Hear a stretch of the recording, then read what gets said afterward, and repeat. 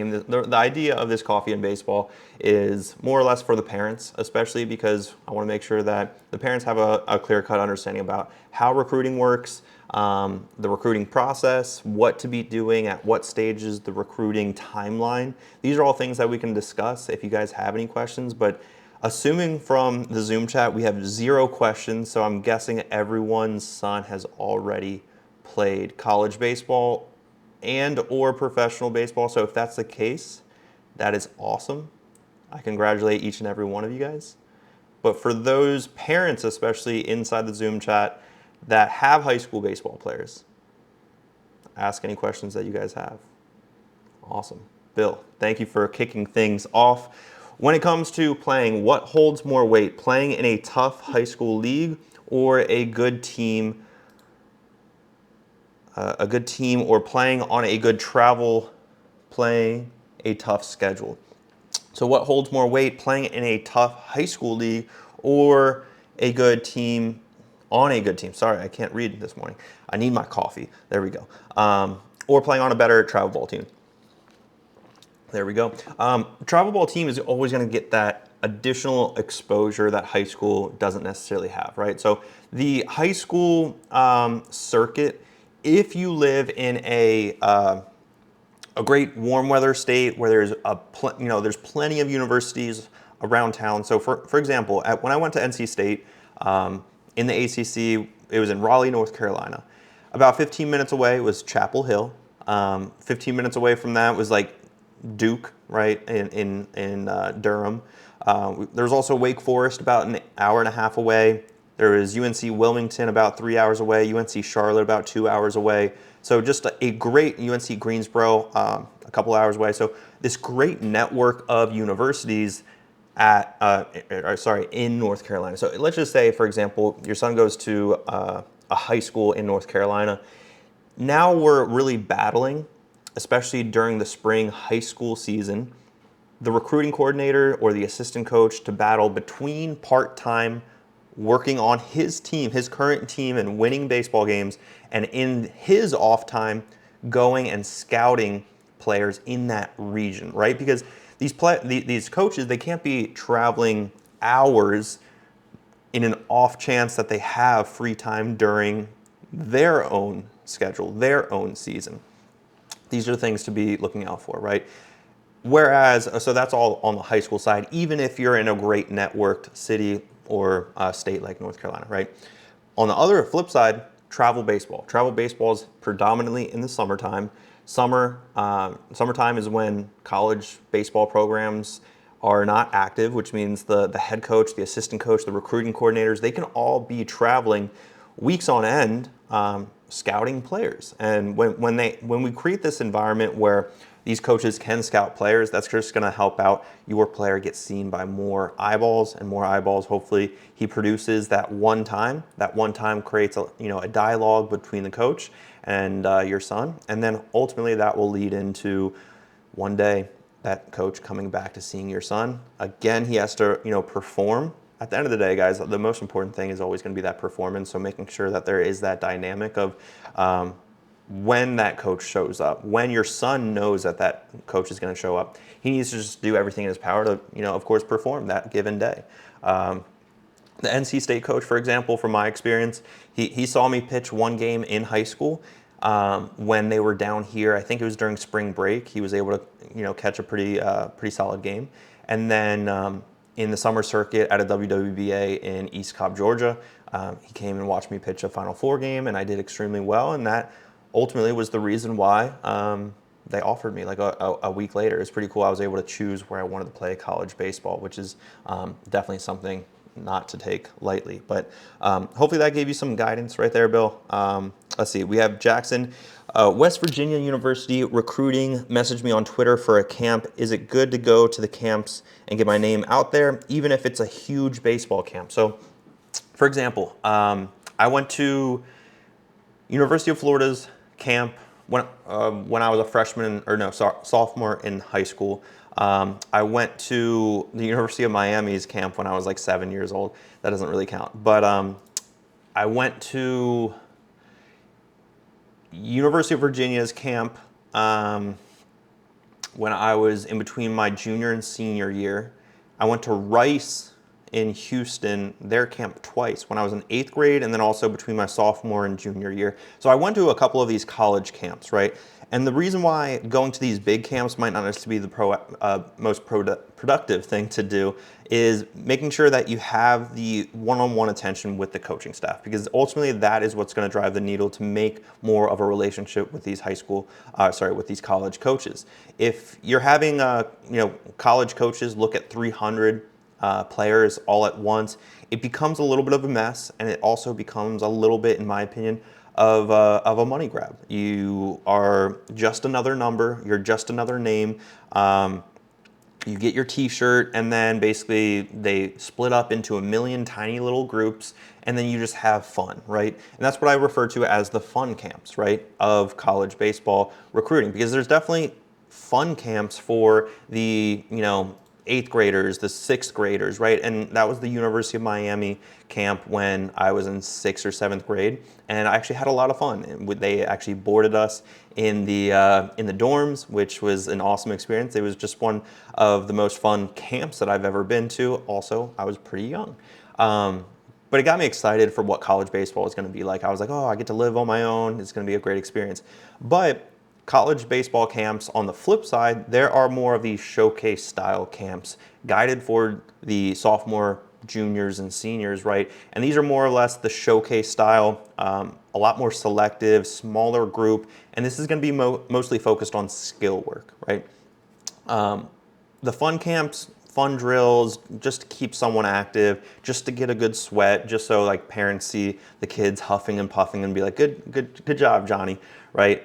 These showcase style camps for the sophomore, juniors, and seniors, the 10th, 11th, and 12th graders, this is where it's going to be focusing on the skill work like a college practice. So that way they get to see how the players are actually performing if they were to be on campus as a student athlete, as a player, trying to make the team. And that's something that I want to make sure that you guys all have that understanding. If your son lands a scholarship, congratulations, that is awesome. That does not guarantee that your son will start his freshman year. That does not guarantee your son will start his sophomore year. It won't guarantee that he's going to start his junior or senior year. He still has to prove himself when he steps foot on campus his fall freshman semester. So just keep that in mind. In the whole grand scheme of things, I just want to make sure that I put that out there. As always, I'm always going to be prioritizing the Zoom chat more than anything. So we already got Bill taken care of. Jason, I have a junior in high school, and it seems like most schools are wanting you to attend their camps to be seen more than having any interest in speaking directly with you. It all depends. There's obviously direct communication with those high-level talent. Is there any way to overcome this without having to drop so much money on attending a ton of camps? So, Jason, just to be transparent with you, there are many recruiting strategies out there, right? There is going to the perfect game events, right? That is a recruiting strategy. Going to as many travel ball games as possible and just play, right? That is a strategy in a sense, because you're trying to get that exposure. You're trying to generate that exposure through the vehicle of travel baseball. You can go to as many camps and showcases as time and money will allow. That is a recruiting strategy. But the thing that I feel like a lot of families will neglect is the actual attempted outreach and initiation of the conversation through just a direct email through to these college coaches. If we're reaching out to these college coaches and we're only getting camp invites, one of two things could be happening. It could be before August 1st of junior year, which it sounds like, Jason, your son's a junior in high school, so we're already beyond the August 1st date. Or maybe the email itself didn't captivate them enough to want to have a conversation. So we're really creating that environment where we want these college coaches to respond, to interact with our email. And when I say interact, we should be giving them the most essential and critical data points for them to make a quick decision. Think about it. These college coaches are receiving hundreds, if not thousands, of emails every week or month, right? So just keep that in mind. We want to give them and deliver the essential information that makes the most sense for a college coach. If you're including the lack of strikeouts that little Johnny, and by the way, just whenever I refer to as a fictional player, I always say Johnny. But let's just say like Johnny struck out twice his whole junior year of high school. That is not something that college coaches care about. That's not something that I care about. And yes, family members, parents, moms, dads will tell me that, expecting me to be amused, right? Batting average, stats, ERA, strikeouts for a pitcher, those are things I could care less about. I want to see the metrics. I want to see the metrics on where your son is currently at, because it's undeniable. If your son is 6'7" as a junior, Jason, I'm using your son as an example. I don't know if your son's 6'7", but if he is 6'7" and he's a pitcher, but his fastball velocity on the mound is 52 miles an hour. That's undeniable. There needs to be something that's addressed in his physical development for these college coaches to respond, right? And if we're just saying, hey, my son's 6'7", first off, that will captivate the coach more than likely, but there might be some other areas of the email that are turning off these coaches, right? So it's all about how we're presenting ourselves, and ultimately we only get one first impression, so it's really important to make it count. Hopefully that answered your question, Jason. But let's go over to Mom's iPhone 15. How we doing, Mom? Our son has expressed interest and is a junior. We are in Kansas City area. Kansas City, let's go. How is the best way to make connections and or be seen? So what I just mentioned as far as reaching out to these college coaches is a great way. Of course, there's a right way of doing that and a wrong way.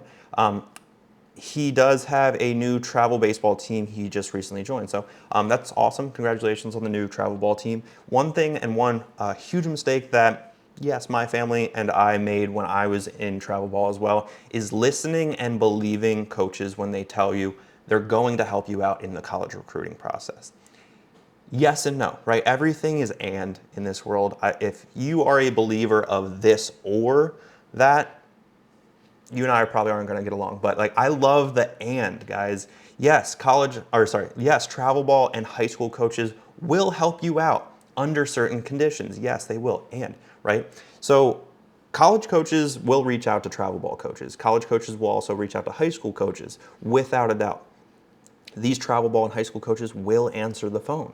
Why wouldn't they answer the phone? They want their kids to get committed. That's going to make their program better. Of course they're going to answer the phone.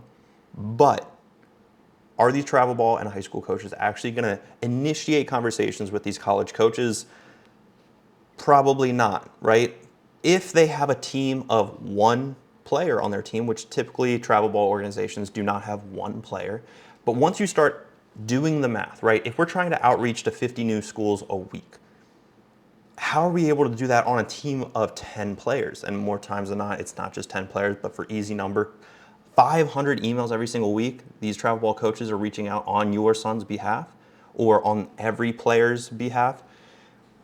Think about it, right? Because that's one of the harsh realities that I had to face in high school, in travel ball. And that's when I started taking that initiative to reach out on my own, which shows the initiative to these to these college coaches.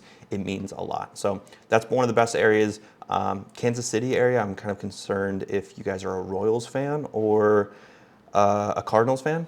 I don't know if you guys know anything about my playing career, but I guess it's good to share. So I played 7 years of professional baseball between the St. Louis Cardinals and San Diego Padres. Played in the World Baseball Classic. I played D1 baseball 3 years at NC State University while studying aerospace engineering. I was also on varsity all 4 years of my high school baseball journey, and I've created the Mendoza Baseball Academy to give back and understand all of that knowledge to you guys, and especially to be able to help all of my students one-on-one through not only the recruiting process, but also working on the physical development, which is always priority number one. Of course, parents' number one concern is always going to be recruiting, but number one priority always needs to be the physical development, because that's only going to help in the college recruiting process. Next up, we got Steven. What would be the most beneficial area or areas to focus on in transitioning from middle to high school baseball and off the field?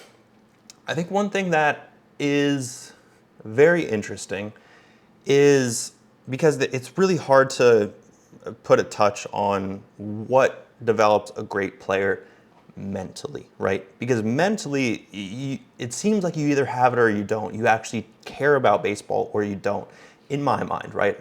Maybe I'm completely wrong.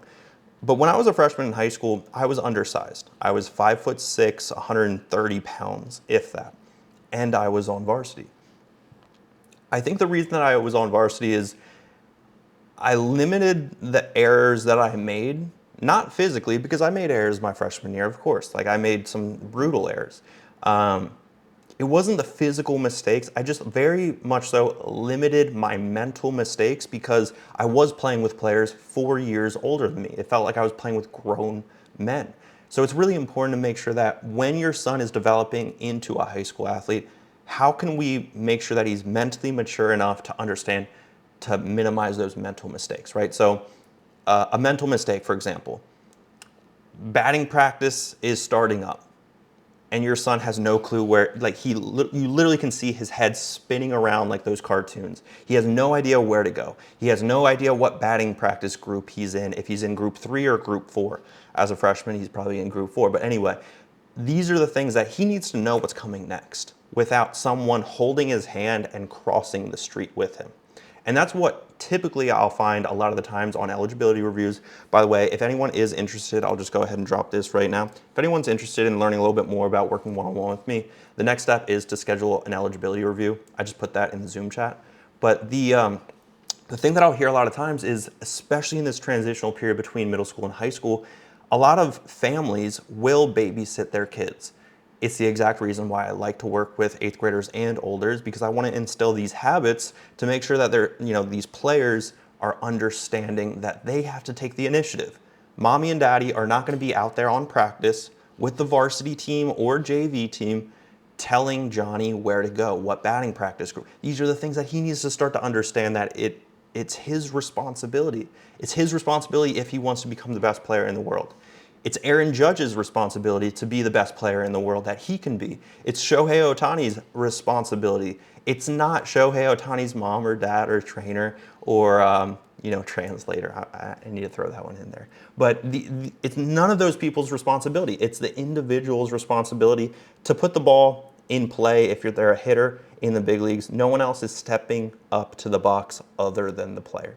So very interesting dynamic, especially with travel baseball nowadays, especially at that 8U travel baseball, regional, all-star, national championship, AAU, max preps, whatever, the tournament, all tournament team. Like, that's ridiculous, guys, because at the end of the day, we really want to make sure that these players, when they're transitioning into high school, we're not just always there. We're hanging over the fence, for example.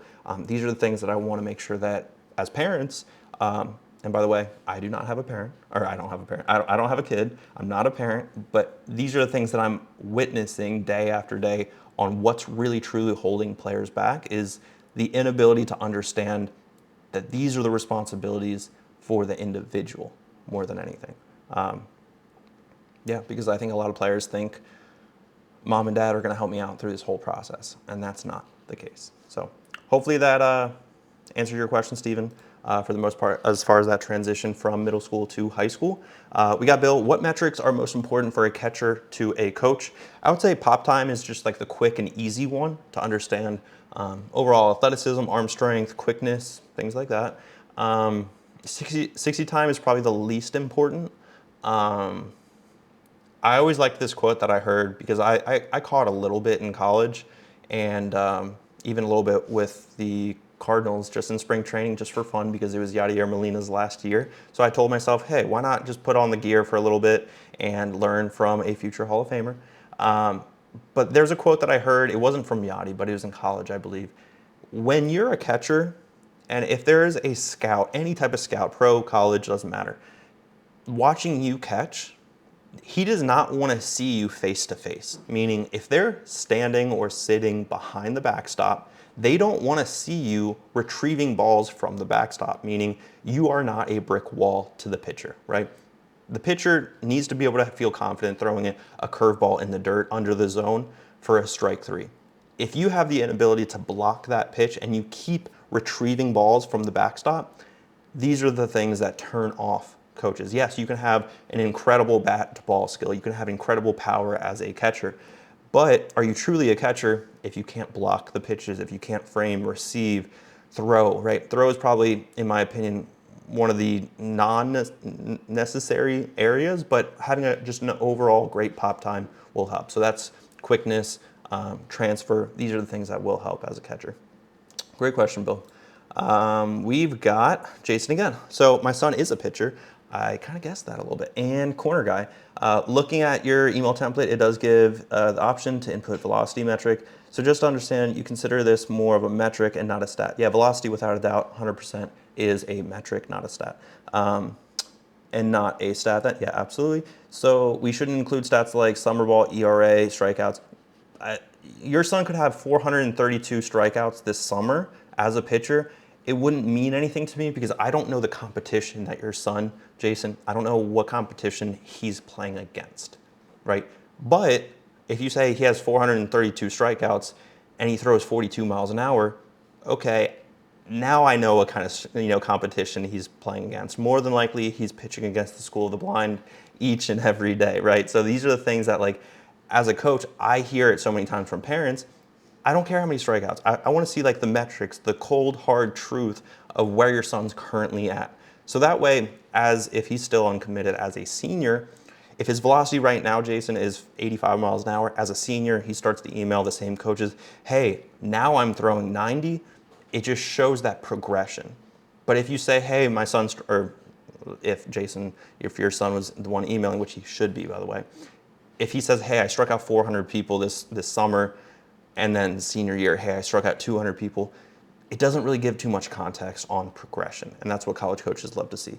So we should use this velo metric to catch a coach's attention, absolutely, and then include a link to where metrics have been recorded and tracked on a player profile from Showcase. Yeah, it doesn't necessarily have to be on like a database like Perfect Game, but if you're able to track those metrics yourself, that's going to be great. If you can record that on video as well to prove that in your highlight video, that's something to be great as well, because then it undeniably shows the fact that your son is throwing 85 miles an hour, just for example, Jason. But as far as like when sending out those emails, when including those links, that's where it's incredibly critical, in my opinion.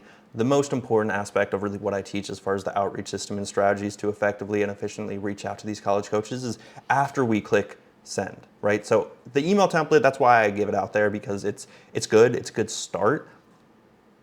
But how are we going to know if these coaches are actually receiving these emails? How are we going to know if these coaches are actually clicking on your son's highlight video or perfect game profile? How are we going to know if they respond? Okay, that's an easy one, guys. Everyone should know if you're getting responses in the emails. But if we're not tracking open rate, there might be something wrong with the subject line. If we're not tracking click-through rate, maybe we're not including links. Maybe we don't have any links in our highlight video or perfect game profile. Maybe we uploaded it wrong where we're not going to be able to track these things. So that's the outreach system that I've been able to develop out with my students inside the Triple Play. Again, the booking link is up in the Zoom chat if you guys are interested. But yeah, great question, Jason. Kimberly, I'm gonna get a little bit of coffee, guys. It is coffee in baseball, so. My son is a sophomore and really don't know where to start. What are things that we should video for a highlight video? Do we start emailing college coaches, start looking at schools? So already with like the 4 questions that you asked, Kimberly, it can be incredibly overwhelming. And I hear that from especially the mom's perspective. My mom was incredibly involved in the college recruiting process for me, and it can get very overwhelming. So it's not uncommon to feel overwhelming in this whole process. It's not your fault. It is very, very confusing, especially with NCAA. They're constantly changing the rules. It seems like every other day, the whole recruiting landscape. We've got the portal tsunami is what I've kind of coined that phrase, is because like out of nowhere, they just threw this portal at us and allowed student athletes to interchange schools like nothing. So that affects obviously the high school process and the trickle down effect. But anyway, getting to your questions. So he's a sophomore. Sophomore year is a great time to start understanding what your son's capable of, right? Obviously, freshman year, you should have an understanding if he's going to take the game serious, if he's made, JV, varsity, if he enjoys baseball, things like that. Usually freshman years when parents typically tell me, hey, we didn't really know if he was good enough at or before freshman year of high school. But sophomore year, it's like, whoa, we only have 3 years left, if not less.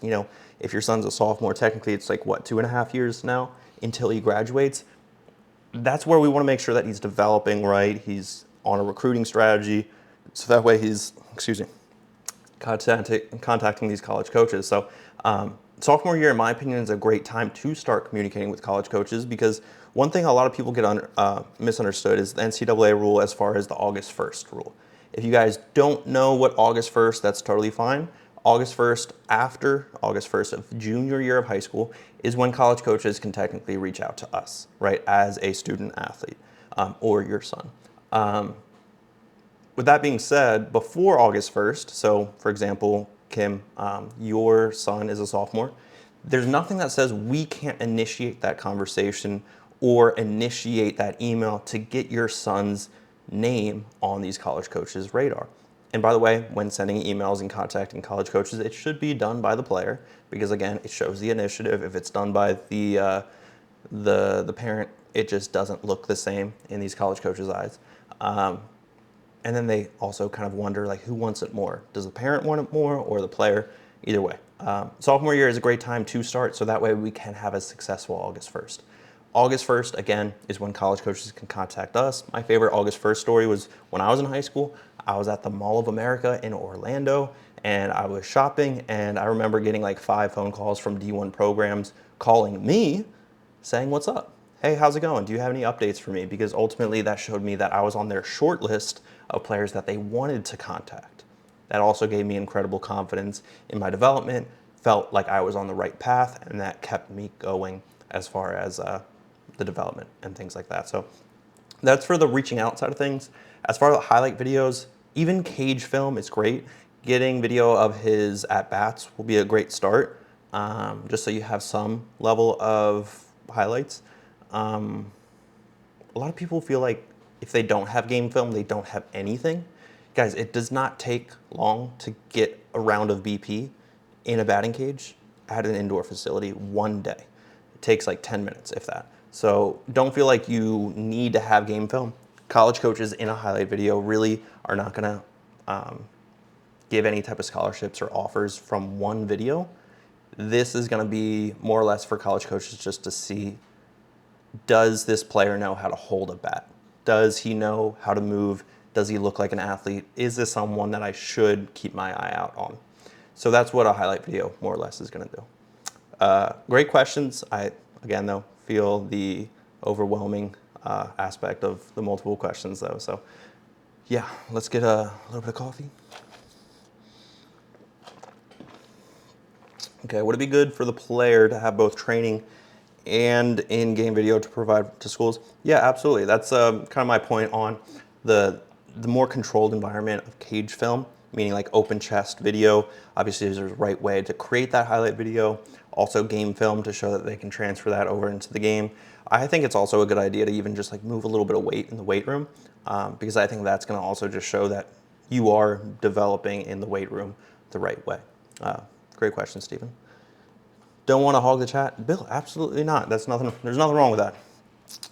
My young 15-year-old catcher, sophomore, I was going to guess sophomore, has a 1.9 pop time, pretty solid in game, regarding as a top defender in the region, but has also hit 81 with command on the mound. Okay, sophomore 81, not bad. It's impossible, be careful with that word, to play both, or so it seems. So catch and pitch. How do I know when to give up pitching for good? So it is very uncommon to be catcher and pitcher. With that being said, I was a two-way in college. I went as a pitcher and an infielder. Yes, it's probably less common for a catcher and position player, but who was it? There was someone in college, I'll never forget this. They were a two-way player, and I'll never, because it's just very uncommon, they were catching, and he was more or less their closer. I forget who it was, but it was the coolest thing ever. He goes out for a pitching, like a mound visit. He unstraps his catching gear, and he stays on the mound. And I thought it was the coolest thing because he was a two-way. He had an incredible arm. I'm blanking on the name or who that was, because, but it was really cool. So be careful with the impossible comment, right? I went as a two-way player. If your son's super athletic, colleges will want him to showcase that athleticism wherever it's going to help the team. In the college coach's perspective, sometimes it's a 2-for-1. Who doesn't love a 2-for-1? Hey, buy one t-shirt, get one free. Buy one carton of milk, get another carton of milk free, right? People love buy one, get ones, right? So college coaches are no different. If your son is actually a true amazing defender and he continues to progress that way throughout his sophomore, junior, and senior year, he still has 3 years of high school left, and his velocity starts to increase, hold on to the two-way as long as humanly possible, because when I was in college, I went as a two-way. My freshman year, I pitched. I did terrible. And halfway through my freshman season, I was not playing whatsoever. And I waited until basically I wasn't pitching, and I told myself, I'm going to transition and turn into an infielder. I'm going to be the starting third baseman next year, and that's exactly what happened through a lot of hard work, because I kept that door open, especially for the NC State coaches, to give me that chance. That doesn't happen at a lot of Power 4 schools nowadays, but that's something that, of course, I developed that relationship with the coaches. They knew I wanted to play both positions. They gave me a shot at both, and I took that opportunity and ran with it. So stick with both for as long as possible. That's my advice to every single two-way player as far as this specific question, Bill. My son is a senior, a pitcher. We are going to showcases. Does that help to recruit in Texas? Yeah, showcases are going to help. Camps are going to help. Emailing college coaches is going to help. Developing in the gym is going to help. Playing high school baseball is going to help. Playing multiple positions is going to help. Playing travel ball is going to help. Everything can technically help. Again, like with what I mentioned earlier, I love the aspect of and, right? I'm not here to tell you like, hey, only go to showcases because showcases are the only way to get recruited. Well, no. Going to showcases is perfectly fine if you have a system built out before, after, maybe even during, if it's a multi-day event, to make sure that these college coaches, what we're really trying to do, guys, is we don't want to be on a list this big when we go to a showcase. Because why do that? We're just another name on a list, and college coaches will show up to recruiting events or evaluation events with a designated list of who they want to actually contact. So if your son's on a list this big, not really going to do it as far as a showcase. If your son's on that list now he's going to get a little bit more attention. Maybe these college coaches are going to be like, hey, I saw this email from this one player. He's in Texas. He's a pitcher. He's a senior.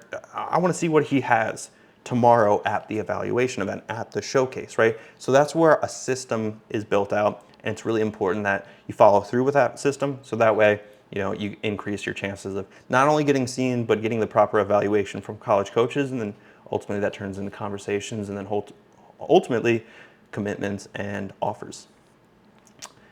We got Jason again. With the inclusion of the transfer portal, the transfer tsunami, and being a high school athlete trying to get recruited, let me guess, this is going to go down the route of my son can't play D1 baseball anymore. We have to route to D2, D3, JUCO.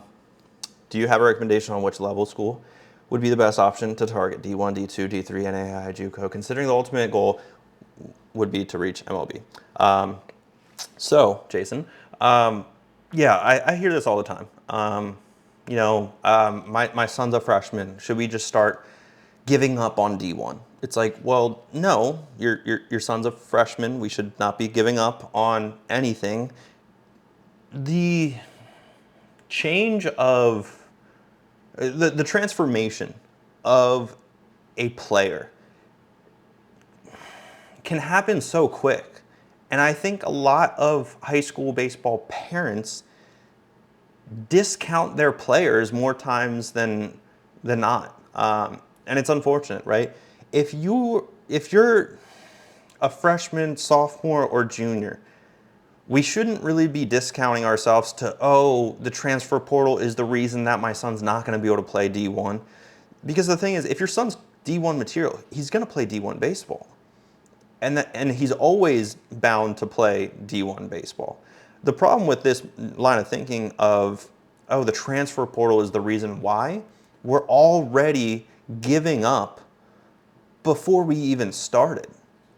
And that's not like, and to be completely transparent with you guys, that is something that if a student joins into my program and already is thinking that way, I try to set them on the right track as soon as possible, get them on the right train tracks, because let's be honest, that is a train track that's already giving up before we've actually made actionable steps towards that goal.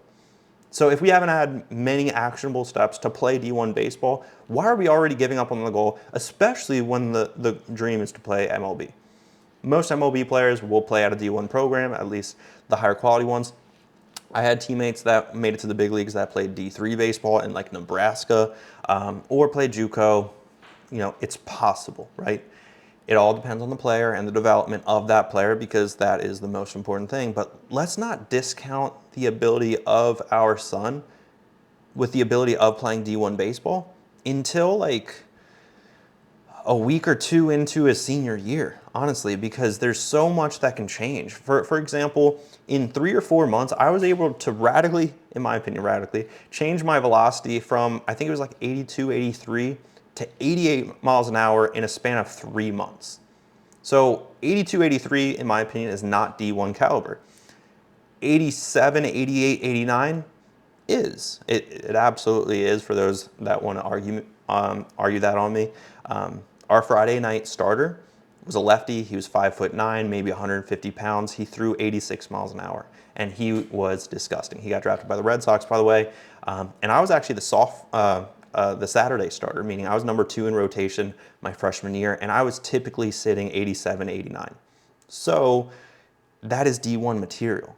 I think a lot of people like try to put a number on, oh, my son's only throwing 85. Well, what kind of 85? Is it 85 with incredible horizontal break? Does he throw 85 with the largest induced vertical possible if he's on TrackMan or Rapsodo?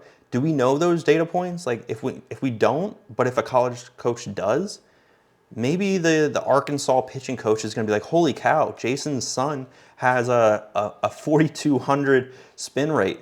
That's unheard of. We want to give this guy a scholarship just because his fastball literally rises up 5 inches, which for those that don't know, baseballs can't rise up if you're going to be on a mound throwing from an elevated point. Let's just say, you know, Jason, your son has a 4,200 spin rate. That is unheard of. Like 35, 3,600 is going to be pretty high for fastballs, and that's like the Craig Kimbrell like rising fastball effect, right? These are the things that like an 85 that's flat with a very below average spin rate is going to get absolutely rocked. There was a guy, Mike O'Reilly, that I played with in AAA. He had one of the highest. I think it was like 3,800. Maybe I'm off by a couple hundred, but he had one of the highest spin rates, and he threw 87 in professional baseball in AAA. And there were so many times also in AAA guys that I would play against.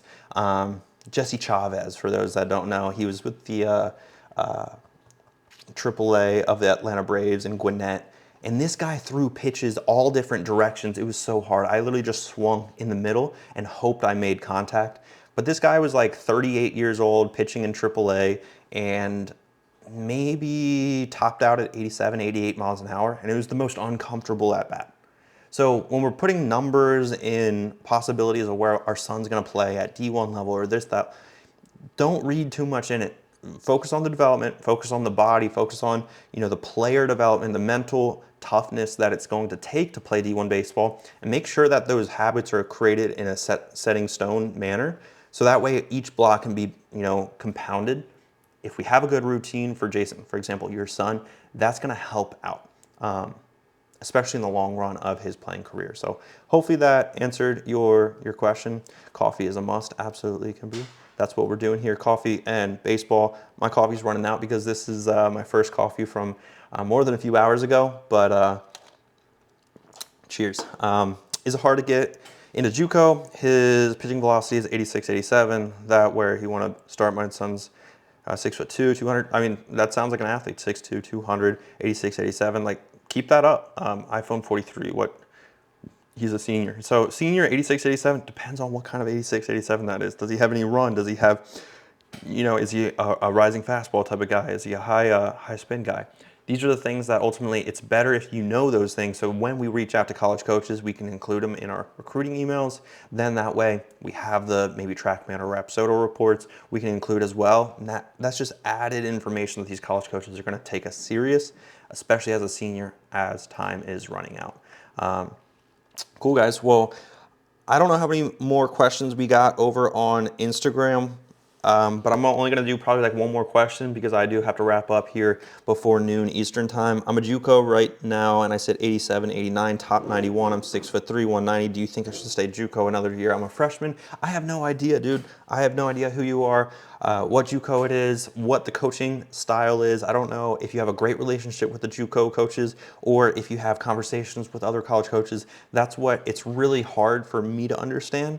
Your complete situation, right? And that's where, I know you're in JUCO right now, and typically we only work with high schoolers, but if you want to go into detail as far as like your exact situation, that's what an eligibility review would be for. So that's what, anybody listening to this, obviously, if you want your son to basically communicate with us as far as where he's currently at, where he's trying to go, what that gap looks like. For those, especially in the Zoom chat as well, I'm going to go ahead and put that booking link to book a strategy session or eligibility review. It's the same thing.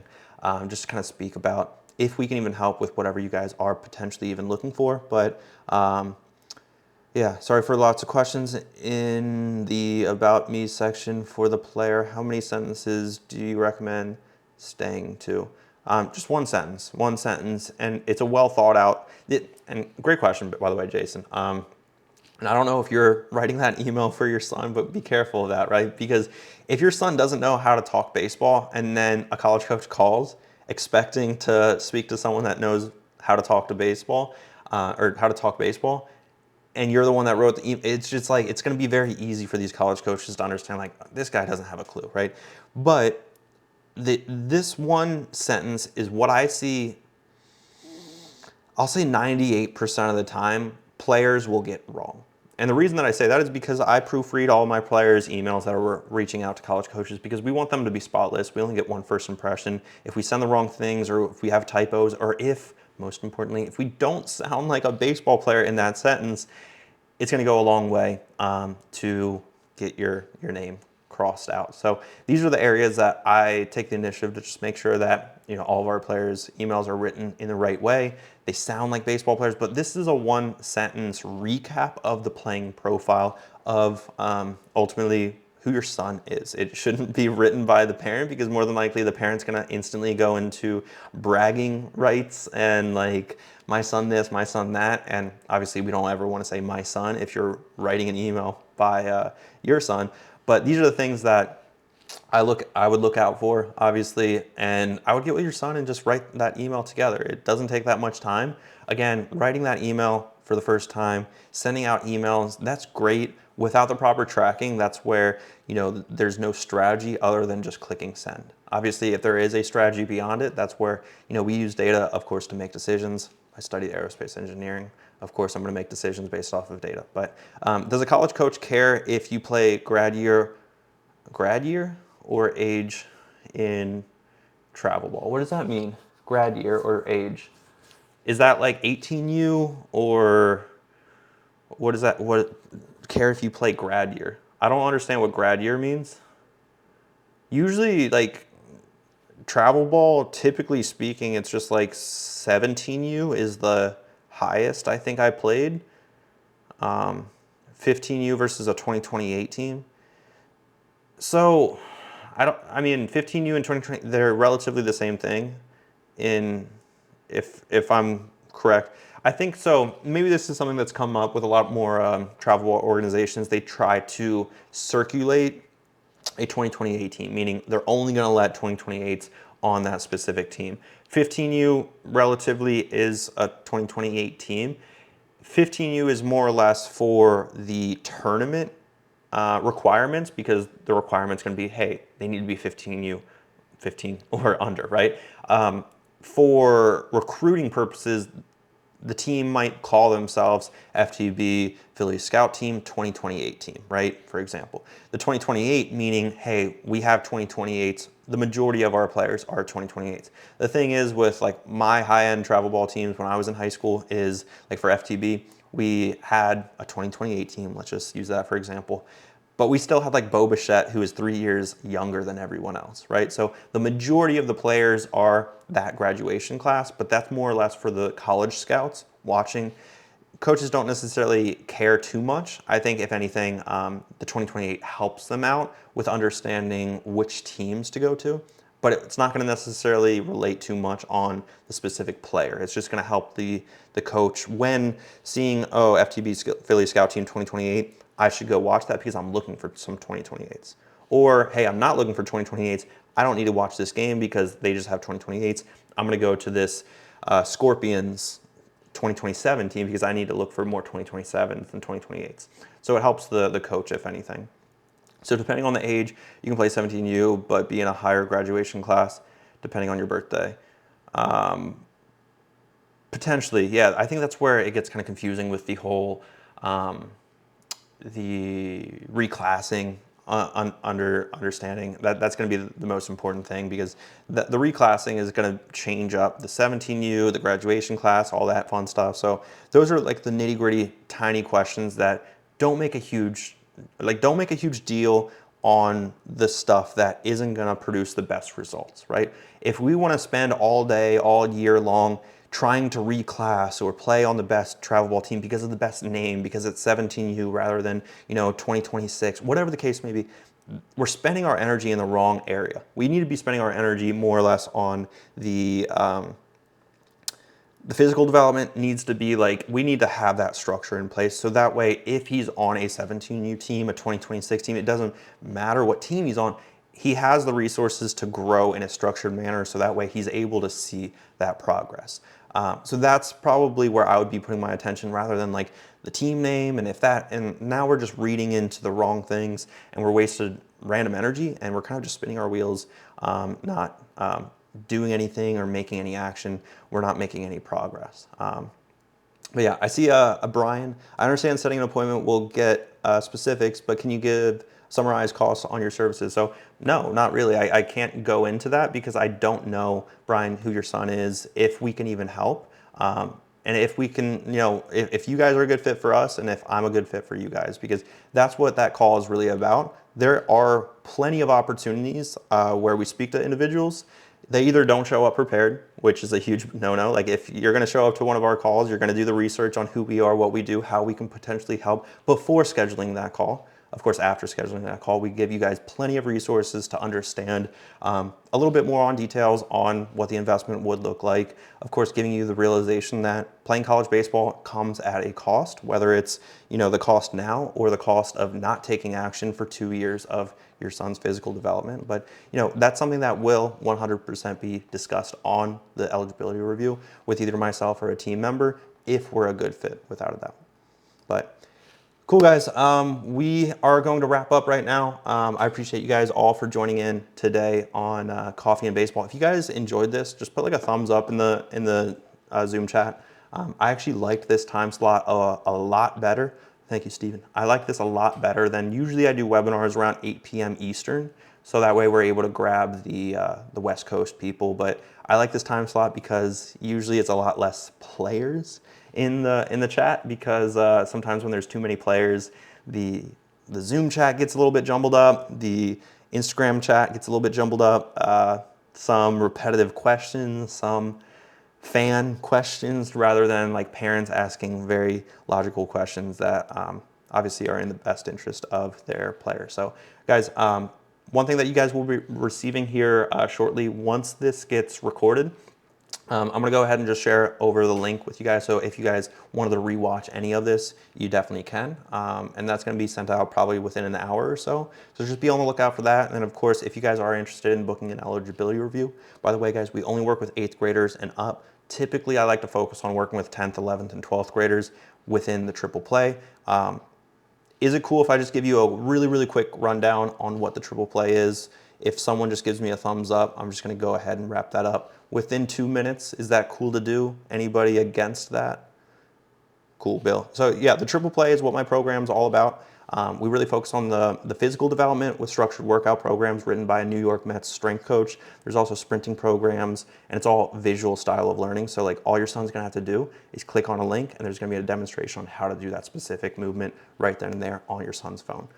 There's also mental development. So I've really created some college courses basically on baseball, and these were derived from the St. Louis Cardinals handbook that I was given when I got drafted by the Cardinals. High defensive play, good baseball IQ, that's ultimately how we're gonna mentally mature, especially for, I don't know if it was Bill or someone else, for the ones that are transitioning from 8th grade to 9th grade, making sure that we're mentally mature, so that way we know where to be, things like that. There's also a velo throwing program, an arm care course. That's the same program that I went through between my sophomore and junior year, where I went from 82 to 88 in about 3 or 4 months. Again, visual style of learning. I never hand over a book to your son and say, hey, good luck. Hopefully that helps, because I would not like to learn that way. I'm a visual learner. That's how my whole academy is built out. Also, the recruiting guidance. That's the third pillar of the triple play. So that's going to be the college commitment blueprint. The first thing that we're going to hand over is the email template. Your son's going to fill that out. We're going to basically go through the specifics on how to personalize each and every one of those emails. And then we're going to install the outreach system and strategy to effectively and efficiently reach out. That's basically after we click send, we're going to see who's clicking, who's opening, who's responding to those emails. And based off of that data, that's the strategy that we'll be building out throughout the whole program. The program is 4 months. There's the support aspect, of course, your son working one-on-one with myself.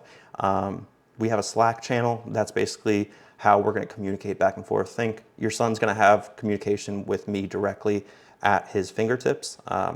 Again, guys, I played 7 years of pro baseball, played at the D1 level. So I went through the college recruiting process. There are times also I love when my players ask me questions about like time management, tryouts. Like these are more the mental questions that if your son just gets that clarity, he feels more calm going into the event, he's going to produce better results. So that's also where, like, if your son hits a home run, I want him to, number one, hopefully he has it on video, but I want him to send it over to me in the Slack channel, because that's going to help me be able to spread the word about who your son is on my social media platforms, which we have a combined over 500,000 followers across all platforms, which is pretty cool.